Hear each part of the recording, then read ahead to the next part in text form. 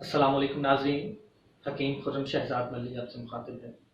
آج ہم بات کریں گے طب یونانی کے ایک مشہور مرکب یعنی نسخہ کے بارے میں، جسے حکماء جواد شاہی کے نام سے جانتے ہیں۔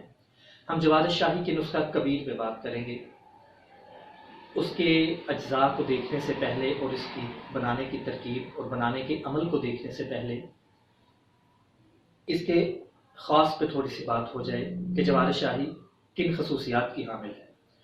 جواد شاہی معدے کو طاقت دیتی ہے، معدے کی گرمی کو زائل کرتی ہے، معدے کی جلن کو دور کرتی ہے، دل کو طاقت دیتی ہے، دماغ کو طاقت دیتی ہے، دل کی جو گھبراہٹ ہے، دھڑکن کی تیزی ہے اس کو کم کرتی ہے، اور سدادی امراض کے لیے یوں سمجھیے کہ یہ اکسیر کا درجہ رکھتی ہے۔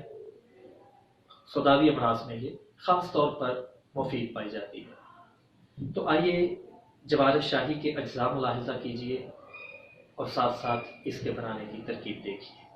جواد شاہی کبیر یا جواد شاہی بنسخہ خاص: مربع حلیلہ 500 گرام، مربع آملہ 325 گرام، کشنیز خشک 55 گرام، الائچی خرد یعنی چھوٹی الائچی 30 گرام، اور ارک بید مشک حسب ضرورت۔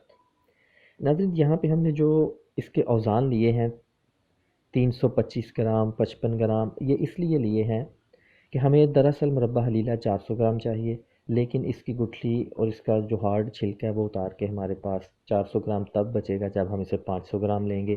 اسی طرح مربع آملہ ہمیں 300 گرام چاہیے، 250 گرام چاہیے، ہم تھوڑا سا زیادہ لیں گے، اس میں سے گٹھلیاں نکالیں گے، اس کو صاف کریں گے، اور کشنیز سے بھی کچھ تنکے وغیرہ الگ کر کے صاف کریں گے، 5 گرام، اس کا وزن بھی کم ہو جائے گا۔ اس لیے ہم نے اتنا وزن زیادہ لے لیا ہے جو ہمیں یہ لگتا ہے کہ اتنا اس میں سے ویسٹ ہو جائے گا۔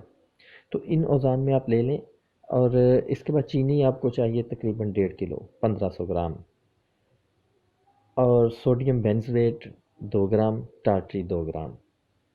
سوڈیم بینزویٹ ہم اس لیے استعمال کرتے ہیں یہ مشروبات میں، معجون میں، جوارش میں، یہ اس لیے استعمال کیا جاتا ہے کہ یہ فوڈ پریزرویٹو ہے، یعنی کہ یہ ہمیں جو فنگس لگ سکتی ہے اس سے محفوظ رکھ سکتا ہے، اور اس سے ہمارے مرکب کی جو اصل طاقت ہے وہ 2 سے 3 سال تک برقرار رہتی ہے۔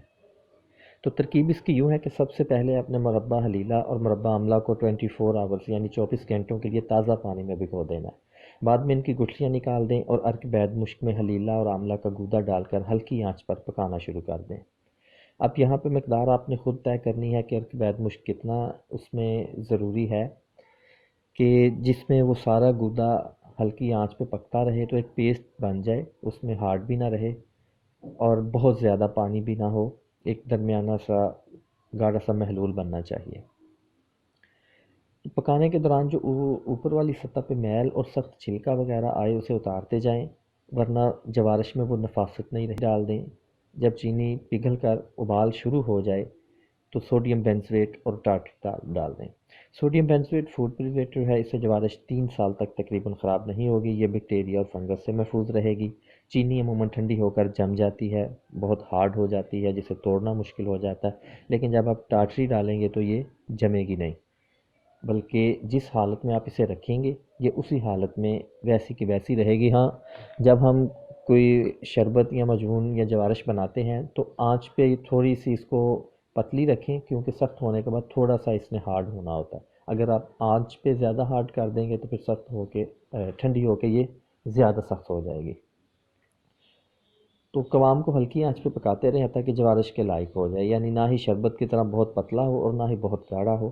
جب قوام تیار ہو جائے تو کشنیز خشک یعنی سوکھا دھنیا اور چھوٹی الائچی کے بیج جن کو پیس کر کپڑچان کیا گیا ہو وہ ملا کر اچھی طرح مکس کر لیں۔ یہ پاؤڈر ڈالتے وقت چولہا بند کر دیں اور اس کو آپ ہلکا سا مکس کر دیں، یعنی کہ گھوٹ لیں، زیادہ گھوٹنے کی ضرورت نہیں ہے، بس جواد شاہی تیار ہے۔